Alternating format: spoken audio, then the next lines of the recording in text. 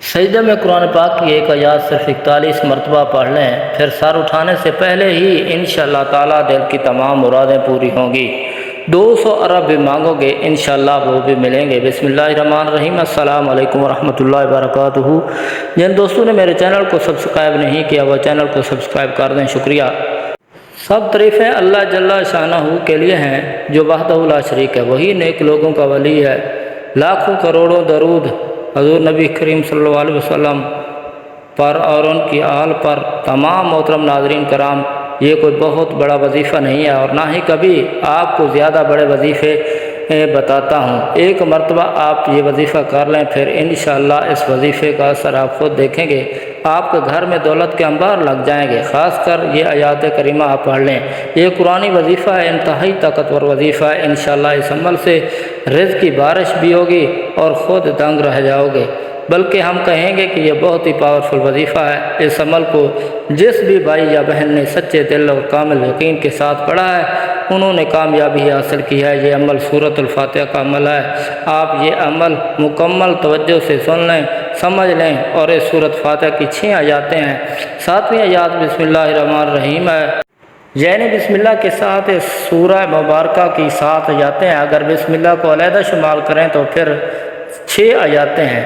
مختلف دینی کتابوں میں حوالہ ملتا ہے کہ ابلیس بھی اپنی پوری زندگی میں ابھی تک صرف 4 مرتبہ رویا ہے اور اس نے خوب آنسو بہائے ہیں۔ نمبر 1، اس وقت جب رب العزت کی لعنت ہوئی۔ نمبر 2، اس وقت جب حضرت آدم علیہ السلام کی توبہ اللہ تعالیٰ کی بارگاہ اقدس میں قبول ہوئی۔ نمبر 3، اس وقت جب حضور نبی کریم صلی اللہ علیہ وسلم نے اپنا آخری نبی اور رسول بنایا اس وقت۔ نمبر 4، جب سورۃ فاتحہ نازل ہوئی۔ اب یہی سورۃ یعنی سورۃ فاتحہ ہی ابلیس کی راہ میں بڑی رکاوٹ ہے۔ اس کے علاوہ سورۃ فاتحہ کے بہت سے دیگر فضائل حدیث مبارکہ میں وارد ہوئے ہیں۔ علماء کرام نے تفسیر میں سورۃ فاتحہ کے تحت بھی ذکر فرمائے ہیں۔ کہا جاتا ہے کہ سورۃ فاتحہ بسم اللہ الرحمن الرحیم کے بعد 7 آیاتوں پر مشتمل ہے، جن میں سے پہلی 3 آیاتیں اللہ تعالیٰ کی حمد و ثنا ہے اور آخری 3 انسان کی طرف سے دعا اور درخواست کا مضمون ہے جو رب العزت نے اپنی رحمت سے خود ہی انسان کو سکھایا ہے۔ درمیانی ایک آیات میں دونوں چیزیں مشترک ہیں، کچھ حمد و ثنا کا پہلو ہے، کچھ دعا و درخواست کا۔ صحیح مسلم ہے، روایت حضرت ابو ہریرہ رضی اللہ تعالیٰ عنہ سے مقول ہے کہ رسول پاک صلی اللہ علیہ وسلم نے فرمایا، حق تعالیٰ نے فرمایا ہے کہ نماز یعنی سورۃ فاتحہ میرے اور بندے کے درمیان 2 حصوں میں تقسیم کی گئی ہے، نصف میرے لیے ہے اور نصف میرے بندے کے لیے۔ جو کچھ میرا بندہ مانگتا ہے وہ اس کو دے دیا جاتا ہے۔ رسول اللہ صلی اللہ علیہ وسلم نے فرمایا کہ جب بندہ کہتا ہے الحمدللہ رب العالمین تو اللہ تعالیٰ فرماتا ہے کہ میرے بندے نے حمد و ثنا کیا ہے۔ تو جب وہ کہتا ہے الرحمن الرحیم تو میرے بندے نے میری تعریف و ثنا بیان کی ہے۔ جب بندہ کہتا ہے مالک یوم الدین تو اللہ تعالیٰ فرماتا ہے میرے بندے نے میری بزرگی بیان کی ہے۔ جب بندہ کہتا ہے ایاک نعبد و ایاک نستعین تو اللہ تعالیٰ فرماتا ہے یہ آیات میرے اور میرے بندے کے درمیان مشترک ہے، کیونکہ اس میں ایک پہلو حق تعالیٰ کی حمد و ثنا کا ہے، دوسرا پہلو بندے کی دعا و درخواست کا۔ اس کے ساتھ یہ بھی ارشاد ہوا کہ میرے بندے کو وہ چیز ملے گی جو اس نے مانگی۔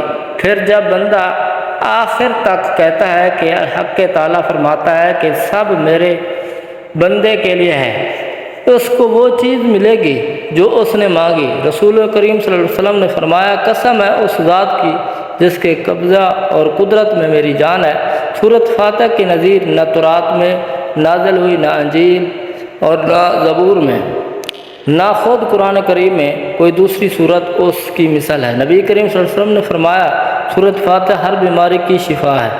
سورۃ فاتحہ کے مختلف نام بھی مقول ہیں۔ فاتح کہتے ہیں شروع کرنے کو۔ قرآن کریم میں سب سے پہلے ہی یہی صورت لکھی گئی ہے، اس لیے اسے سورۃ فاتح بھی کہتے ہیں۔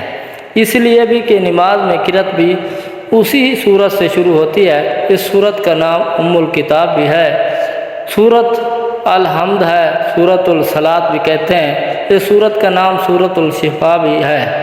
مختلف حدیث پاک میں اس سورت کا نام